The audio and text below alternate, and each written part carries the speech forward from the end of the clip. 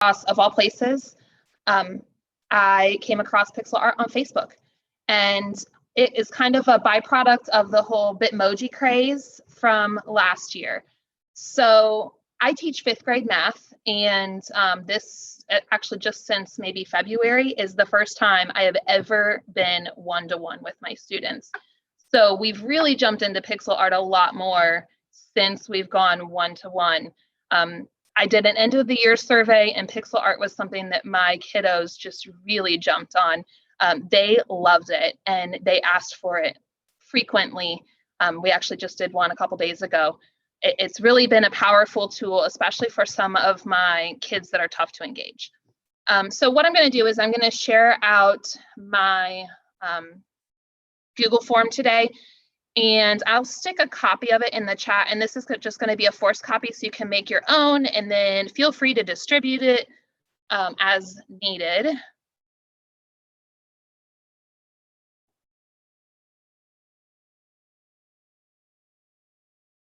Hopefully that works.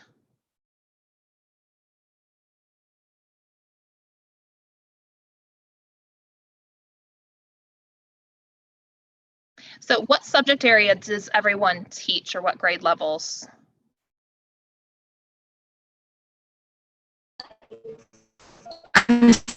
Sixth grade math. Okay.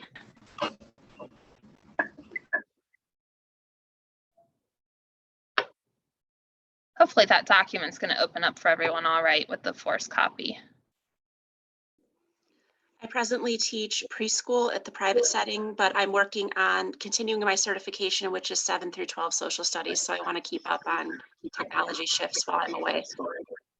Absolutely. And I have come across some really cool primary stuff in some of the link trees that I'm going to share today. So there'll be things that would be applicable to you for sure, even in the primary setting. I found one that was like just counting and typing in the digit that goes with it, and it builds the picture. So I thought that was really cool. I have a 3-year-old and a 7-year-old daughter. So, you know, I'm looking for things for my own kiddos too, as I'm looking for my students.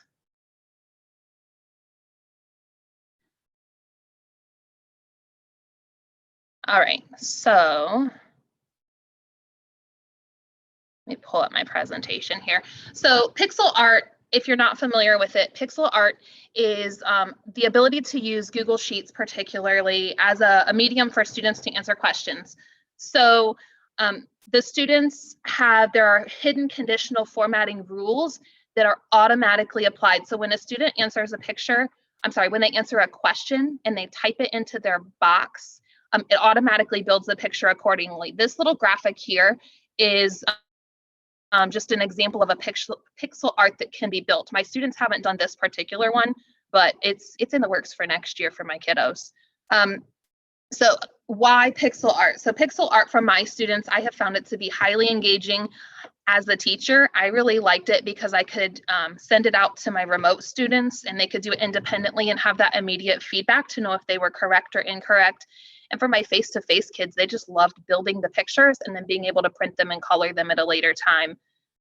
I also used pixel art to reach some of those tough kiddos.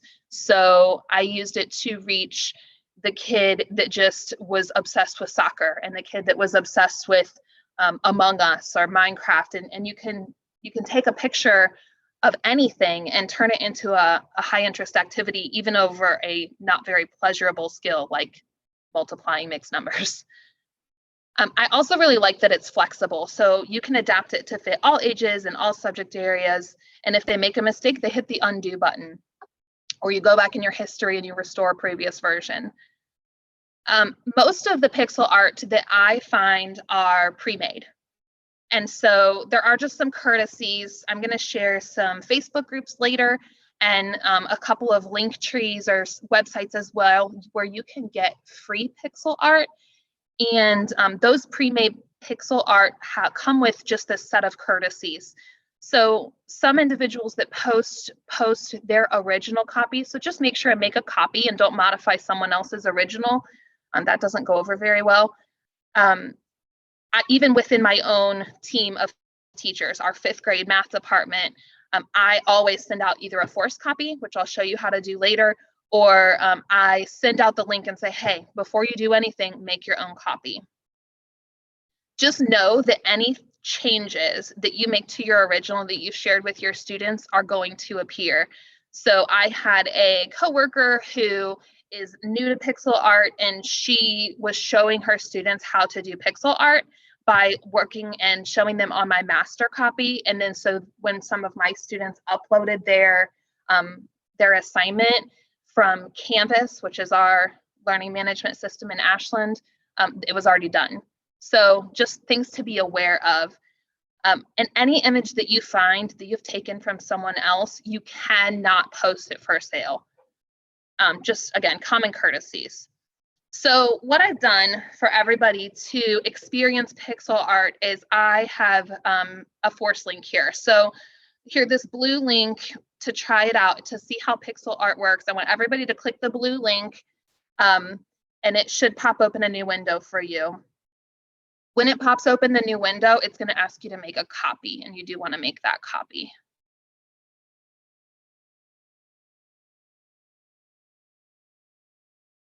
If at any point you have a hard time with something, something's not working, or you have a question, feel free to pop in and interrupt me. It's no problem at all.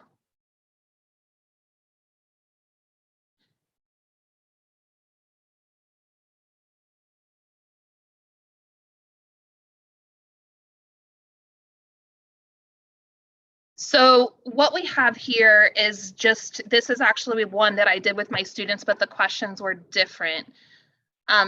One of the things that when you assign pixel arts to your students is that you need to adjust the viewing percentage. So let me see.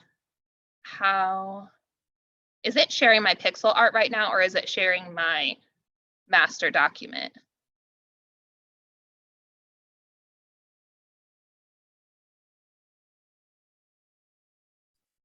I think just because Leslie came in a little late, she didn't have the link to the document possibly. Yeah. Okay. So she's good now. That I put it in the chat. Do you want me to post it again? I no problem. reposted it, so she's Okay, got thank it. you. And yeah, that's how the Zoom chat works. If you join after something was posted in the chat, you don't see those old chats. Gotcha. Thank you so much for your assistance with that. I am not familiar with Zoom. I've been blessed to not have to Zoom with my students since August, but that comes with a trade-off as well. So what we have in the pixel art is, I formatted this one so the answers are all one. So literally, you just take each box. Let me see if I can figure out how to share this pixel art in my Zoom. Rebecca, I'm sorry, how do I switch what tab is being presented?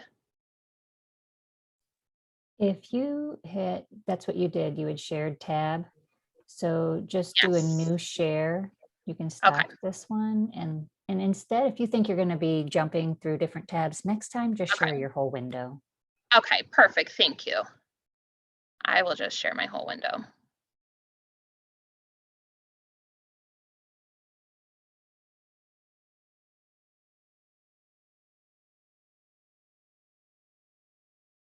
All right. So this is what everybody should have. And what you do is you just go in, and I formatted this one so that all the answers were one. And what you'll notice is as you put the correct answer into the box for this particular one that I've set up, the box turned gray, and then gray popped up on the screen. On this one, it's very basic at the top. I didn't make it pretty. I just made it functional because I didn't have time for pretty.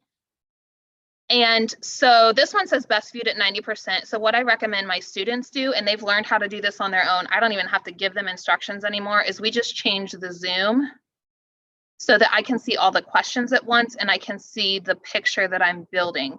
So depending on the size of the picture and the size of your pixels or your boxes in Google Sheets, it just, the kids know, my kids know at this point how to just kind of play around with it. Some kids like to make the picture or the questions really big and then go back and look at the picture smaller later. But again, all of these are just set up to be an answer of one, just to make it quick so you can see how they work for the kids. This one is set up so you can do them out of order. Some of them that I've had my students work on, you have to get the right answers in order. So if you type in a wrong answer, nothing happens. And then you can go back and type in the right answer. But again, some of them you have to have all the right answers in order for the next set of progression to work.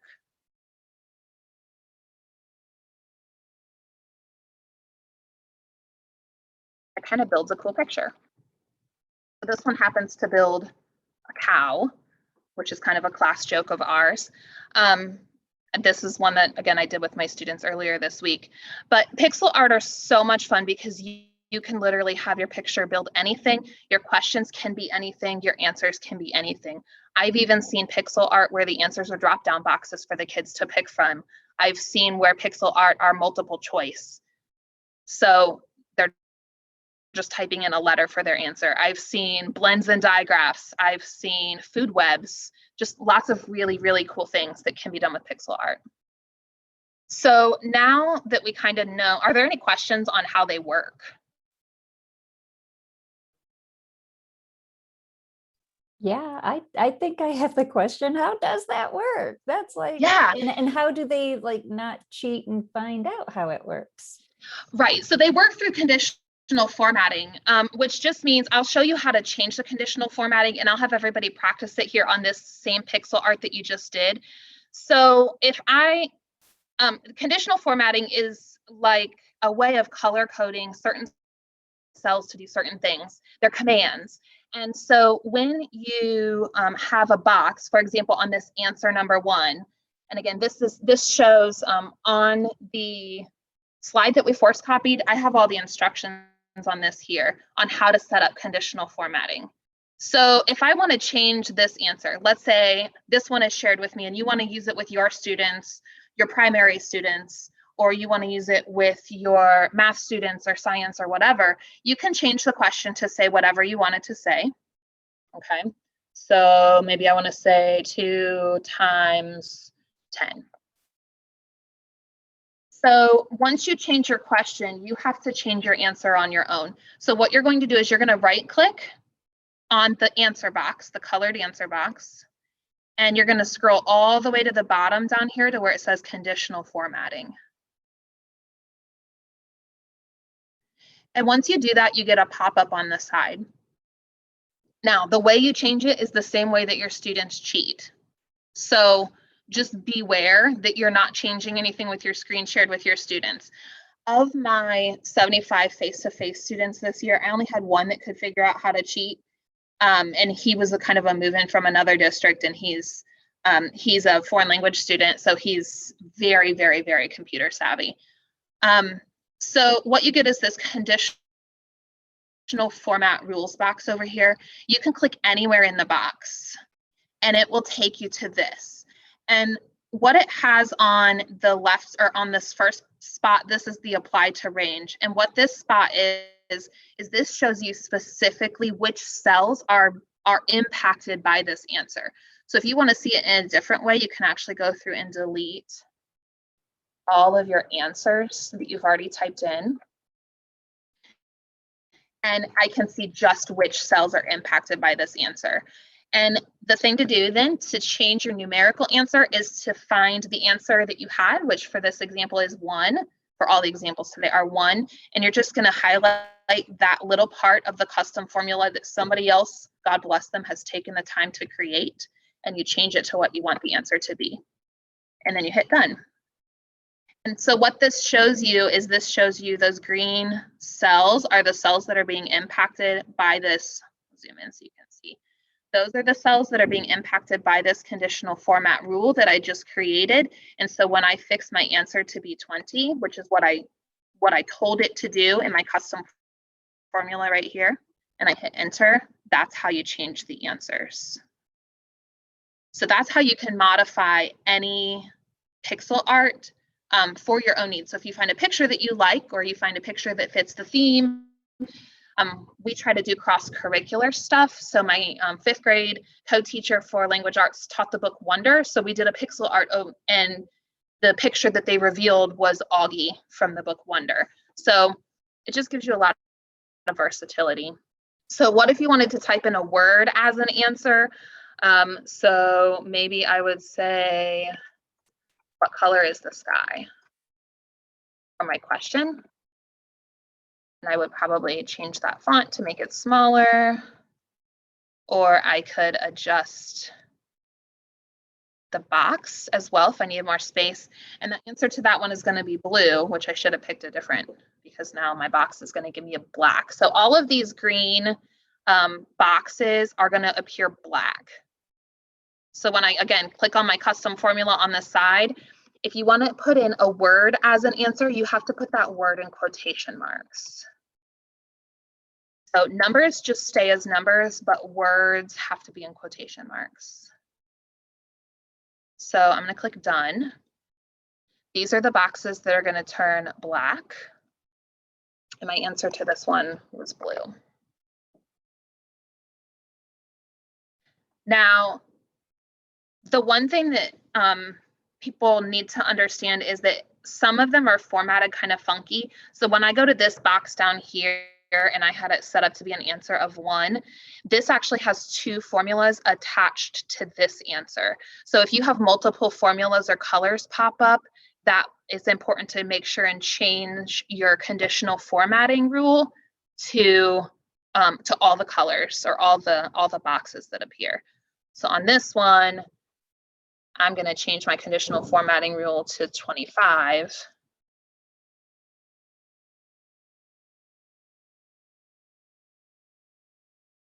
And then I change my answer to 25, and it makes both colors appear at the same time. Erin, do you find that happens pretty often, that people are just trying to fill in the picture faster, so they'll double up? Well, and it really depends on a couple of different factors. It depends on how complicated is your picture. This is a pretty basic picture. It also depends a lot on just the creator and how they want the picture to build. So if you want to build the outline of whatever it is first, then you're going to conditional format it differently than if you want it to first build the eyes and first build the ears and different things like that. The other piece that is impactful is the number of questions that you have. So this one has a lot more questions, but I've done some pixel arts with my students where they only have 10 questions. It just depends on the skill, and in particular in my classroom, it depends on the duration of how long it will take kids to actually physically answer the questions.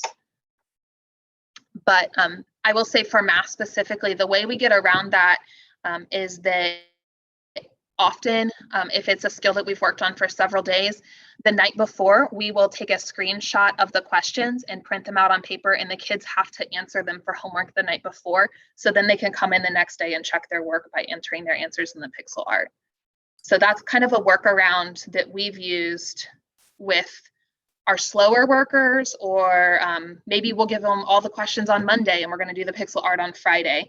That's also a way to get around your kiddos that understand conditional formatting and know how to cheat the system. Yeah, that sounds really excellent, because there's going to be the kids who just spend all their time guessing and just keep typing numbers over and over. And so either you have, like you did, have the paper ahead of time. So then this is more of like a reward of getting the correct answers. And then they're only correcting during class any ones that they had a mistake. And then they're not guessing or cheating. And then, like you said, you have long workers, they need more time, then they're not feeling pressured. Right. And, you know, as anybody who is strong in their differentiation would do, for my slower workers, I go ahead and give them some of the answers. You know, if it's long division, I might give everybody 15 questions, but I might fill in 6 of the answers for them already, just to alleviate some of their labor, the labor intensiveness of some of the skills. But yeah, this can be done with fractions. It can be done with literally any skill at all. So Leslie has a great suggestion in the chat. She writes, you could do them as a cumulative bell ringer activity too, where they have 1 or 2 to answer each day, and the picture is revealed at the end of the week. Oh, that's awesome. I love that idea. I've seen also where some of them are formatted so that kids can't see the next question until they do the question before it. So it doesn't show all of the questions at the same time. That it's formatted so that when you get the right answer to the second question, then the third question appears. I liked that a little bit as well, just as a different way so kids don't feel so overwhelmed by seeing so many questions on the screen. But no, using it as a bell ringer sounds fantastic. It's a great idea. So again, in the kind of digital handout for today, I just have all the steps in there with a few little pictures. So what I kind of want everybody to have the time to do, I guess, is to think about how you would share your pixel arts with your students. So I think I'm the only Canvas district here. I think everybody else is Google Classroom, or at the primary level, you're probably just going to post something either on Seesaw or Clever for the kiddos. I'm not sure what your preschoolers use. But how do I share this with my students? So in Google Classroom, you would assign this just like any other assignment, like you would do a regular Google assignment. You would just be sure to click make a copy for each student and take out the answers first. So I usually have my master copy, my teacher key version, and then I make a copy of that and remove all the answers, and that's what I share with my students in case, just to make it faster for myself to assist anybody that's getting stuck. The other way that you could do this, if you're not using an LMS, a learning management system, is you could do the forced copy just like I shared with everybody here. So if you don't know how to do a forced copy, it's really easy. What you do is you go into the document, you click on the paperclip that says share in the upper right-hand corner in the menu, this one right here. And so when you share the document, you're going to change it to anyone with the link and editor, and then you're going to copy that link, and it'll look kind of like this one does down here. Then you're going to highlight this section right here. So everything after where it says edit and all the way to the end, and then you just replace that with the word copy. And so if you aren't using a learning management system, that's an easy way to get that out to your students. You know, you could post that on your classroom website or wherever, however you distribute your links to your students. Then what my co-teacher does, one of my department members, she actually doesn't even have them submit them or turn them in. She just has them show the teacher. When you're done, bring it up, show me your picture, or print your picture, put your name on it and turn it in. So I liked that as another option, so your inbox isn't flooded with emails about work being submitted, and we just check it off that they got it all done.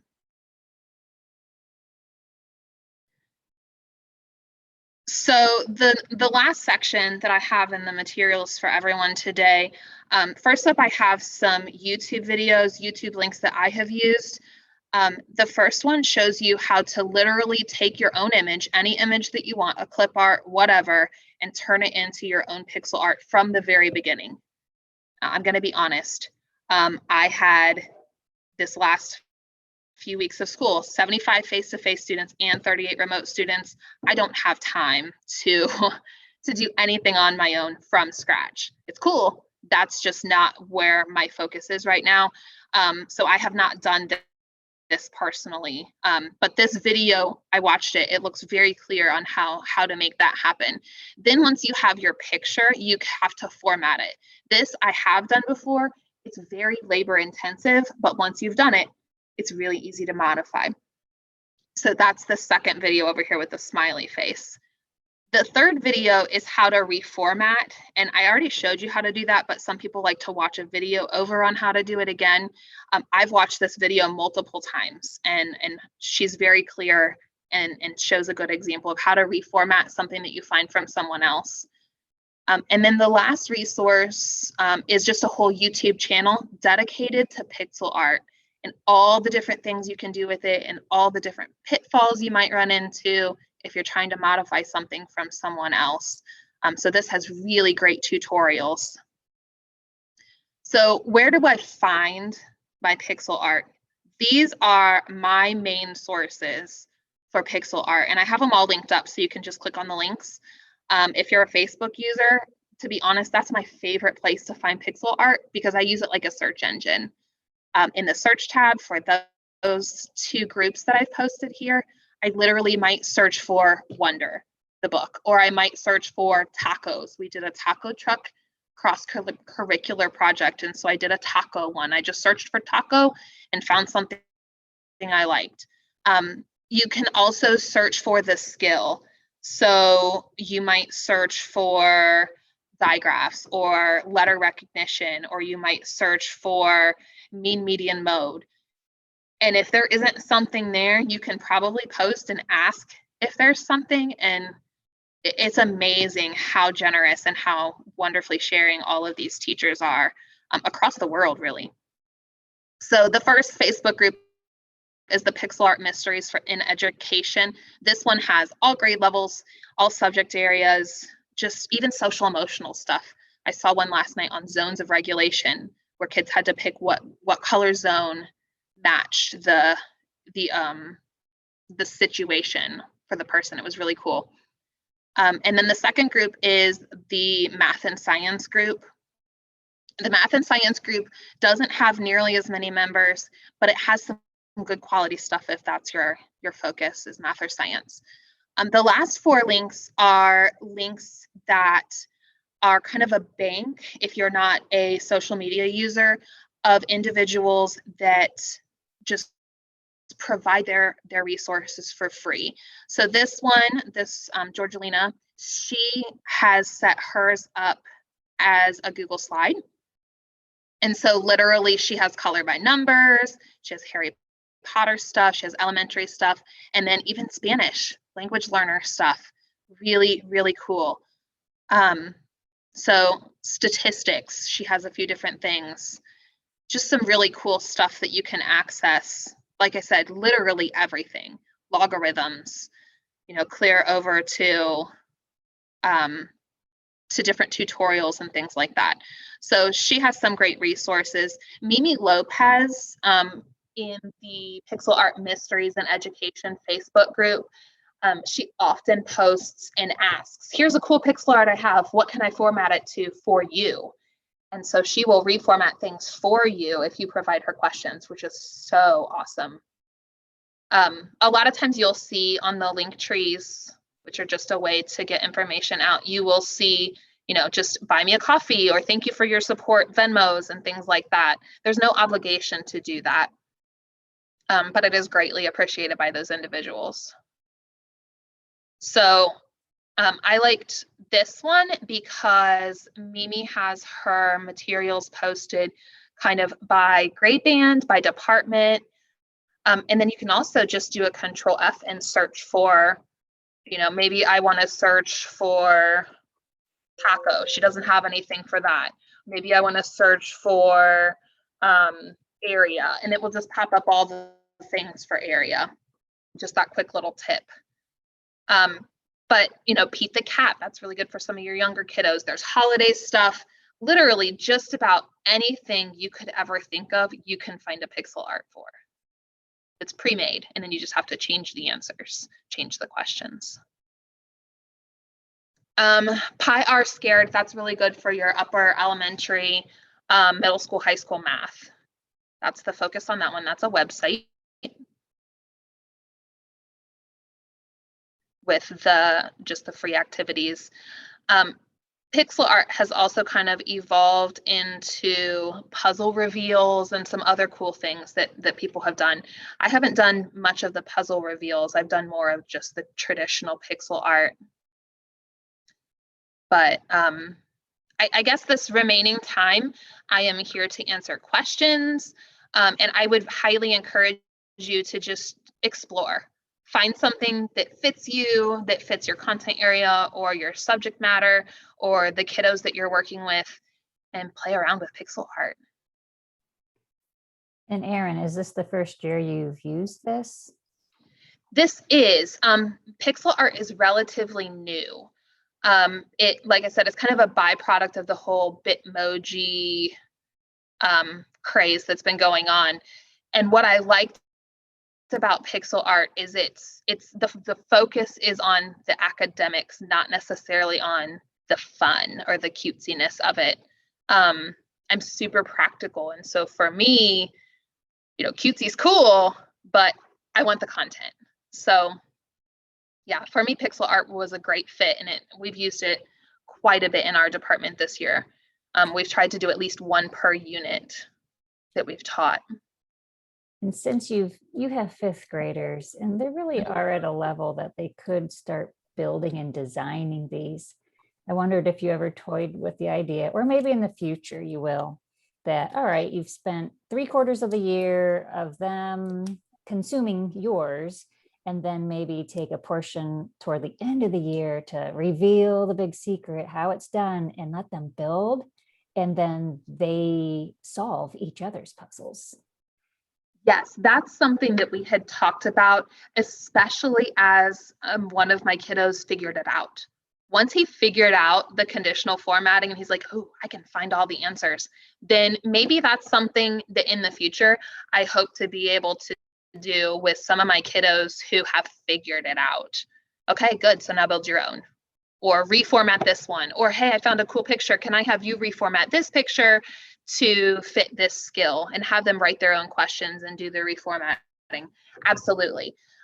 Next year, we should be 1-to-1 from the beginning of the year, not just midway through the year. So that's something that I definitely think would be perfect enrichment for some of the really high kiddos or your fast workers, or even to let kids collaborate for an enrichment time and work on, a partner of kids work on one together. So definitely there are videos on YouTube that you could source your kiddos to.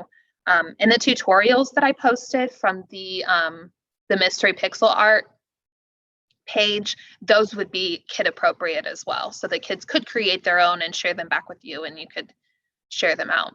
Absolutely.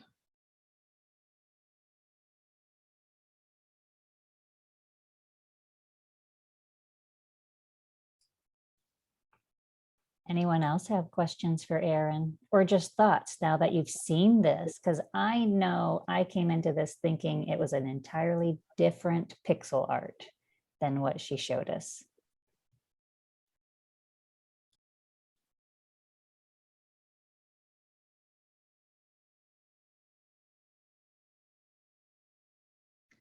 I feel like pixel art is a little underutilized. I know I underutilize it. I don't use it to its full potential by any means, but I feel like it's so cool, and it snatches our kids' interest, and it brings in the kids that struggle because they know right away if they got it right or if they got it wrong. And in my classroom, I have a tendency to say, okay, you get 2 wrong in a row, you come see me. Or if you haven't gotten halfway through at this point, you come bring your Chromebook, bring your dry erase board, and come see me, and we're going to sort this out. So I really like that immediate feedback aspect of it. And the kids have really enjoyed that aspect as well. Yes, and with them struggling, you don't want them spinning their gears for too long. Exactly. I have a couple of kiddos that are multiple disabilities, and so they pop out their calculators and they know how to solve them as well. So, I mean, really, the only issue that we've run into this year with them is we had a student with visual perception issues, and a kiddo who was legally blind, and so his font size had to be like 500 for him to see it. And so that was one that we ran into an issue with. And so what we did with that kiddo is we just posted the questions on the smartboard up front, and then he could solve them out. We could make it big enough he could see it. He could solve them out, and then his peer partner would type the answers in for him on his device. So it's very adaptable. So for those more complex problems, they're just using dry erase boards. You don't ever require evidence of them working out the problems like paper pencil? Well, it just depends on the situation. It depends on, am I using it for a chapter review? Is it something that I want them to look back at their work on? Is it a quick skill, or is it a skill that has a lot of endurance, that requires a lot of endurance? So for me personally, it's just very much dependent on the situation of the skill. So the one that I did that actually revealed the cow picture, I did that earlier this week just as a fun activity. And I just had them do it on slates. It was multiplication, a 4-digit times a single digit, solve it on slates. And I just made sure and walked around the room and monitored. The kids didn't have their calculators open, as another tab, because we know they like to do that. And I just walked around the room and monitored. And when I said to them, oh, how'd you get that answer? Show me again how you did that. And then they had to be able to show me. If they couldn't show me how they did the question, then they would be banned from working at the space that they were at, and they would have to come sit in a different space to work.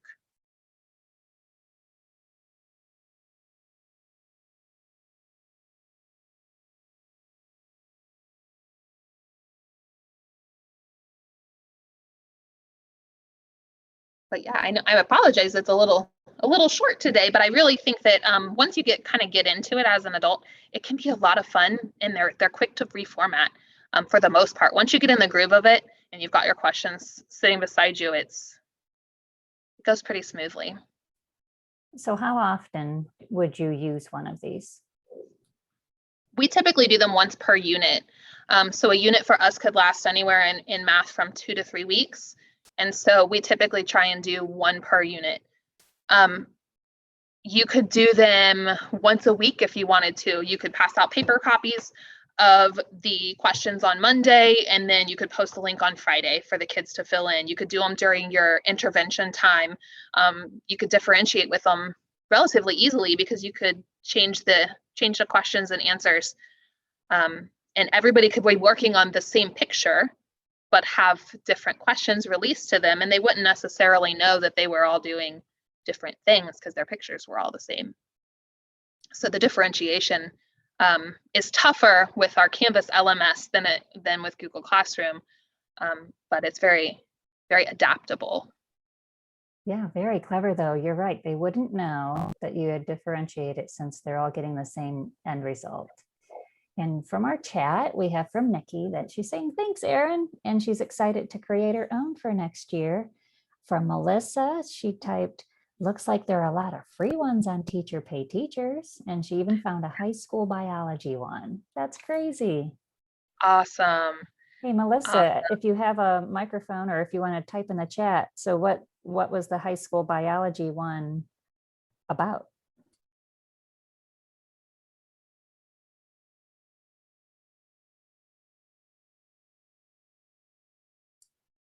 I put her on the spot. Oh, mitosis and meiosis. Hooray. Okay, that's cool.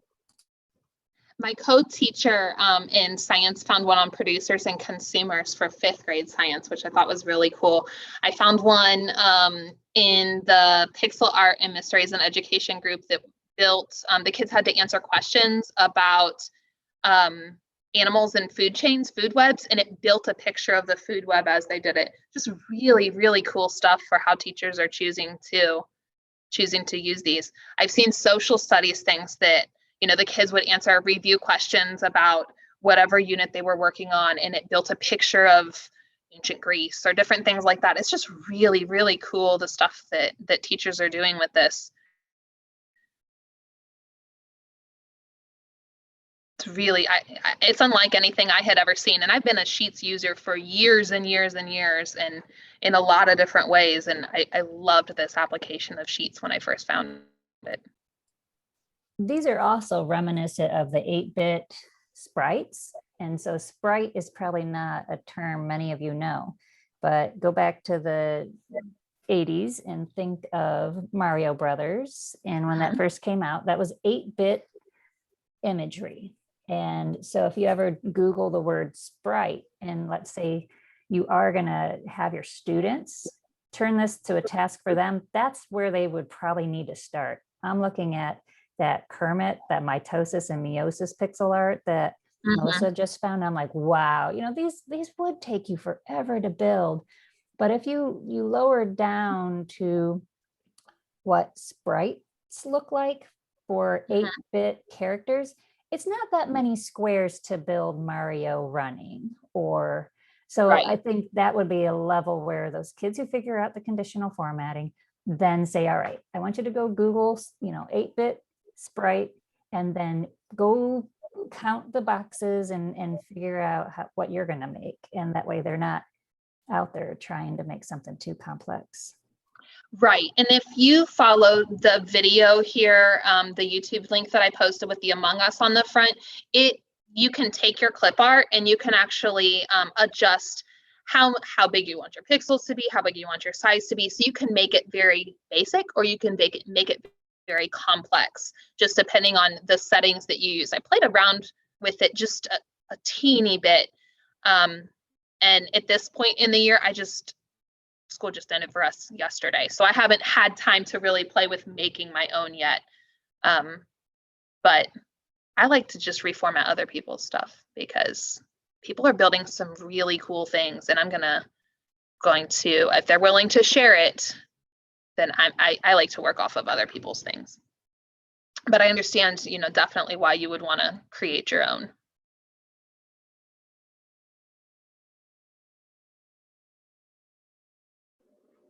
I have a question rooted in just woeful ignorance. If you're trying to create your own, what are some conditioning format do's and don'ts? Like, where are you embedding those directions? And I've heard different answers to that, so I'm just curious to hear yours. Yeah.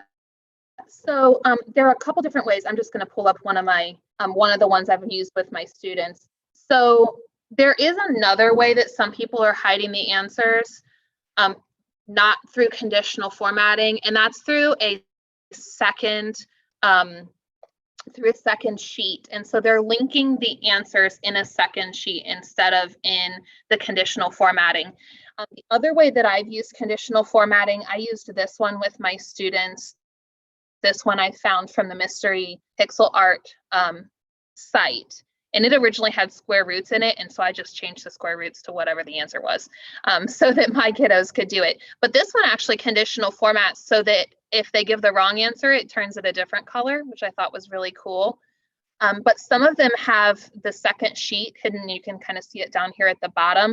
They have all their answers formatted into a second sheet. And then they have to hide that second sheet and hope that their kids don't know how to do that. So that would be kind of a different workaround as far as how to work with the conditional formatting. You can find a lot in the pixel art banks in the Facebook groups that say that they're formatted to 1. And what that means is that the conditional formatting rules have not yet truly been established. And so any answer that the kids will give will build the picture. So they could have the right answers or the wrong answers if you wanted to do it that way, so that your kids didn't even have access to the answers. They would build the picture no matter what, and they would have to print their answers or show you their paper copy of their answers, and then you could grade it from there. So that might be a little workaround for some of those rotten kiddos too. But if I did not answer your question, you know, No, well that's enough. great. I think the answer to, I just need to explore a lot more. This is so cool. Thank you. I'm glad you're enjoying it. It truly has been something that my kids are like, whoa, you know, they had never seen it before, and it may lose its appeal in a few years, but as the kids get more familiar with it and as it becomes more popular, but I'm going to utilize it just simply because, you know, it's a good teaching practice for kids to have that immediate feedback. And it's just a different medium for kids to practice the skills that we want them to practice.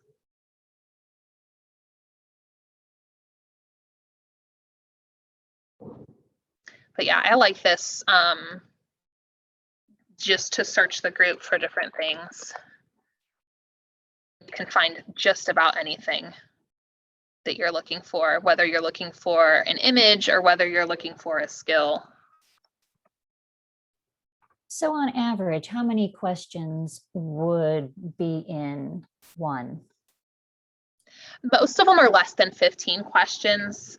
Some of them are, I would say most of them are probably 15 questions. So like this one is a really cool picture. It's kind of like, it starts as a blank screen. Instead of individual pictures, it's kind of like a color by number where you answer this question and it fills in the next part of the picture. The kids really like those two just as a different option, but this one is just 10 questions.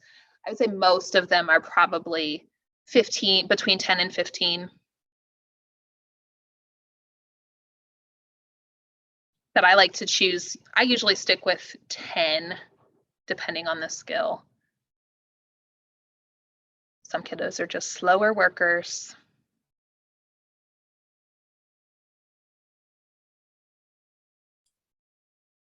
I find that food web. All right, any other questions out there for Erin? I'm glad she's giving you guys a few extra minutes then to do some searching, and you're probably doing that now as you're watching her search.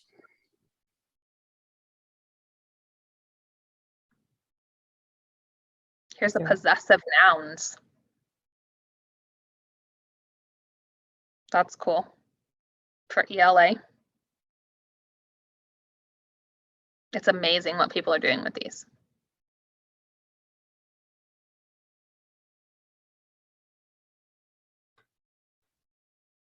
But at the bottom of the document today, I stuck my email address on there. If you come across something that's super cool, send me an email.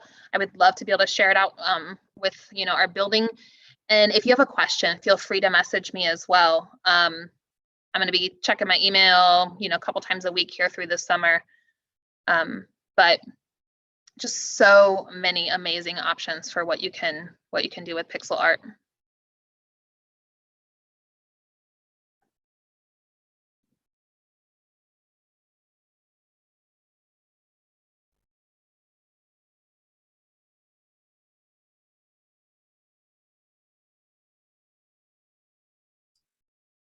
And I'm going to be honest, a lot of times if I don't want to mess with the formatting, if I like the answers they have, I just change my question to match their answer for math.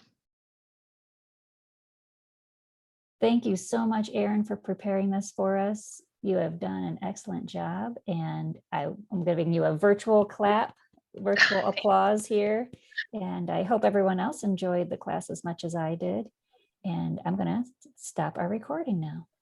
All right. Well, thank you so much. I appreciate your help with the Zoom today, and I'm glad everybody joined along. Share it with your teaching partners and your building. It's cool. The kids enjoy it. I hope everybody can find something new to try.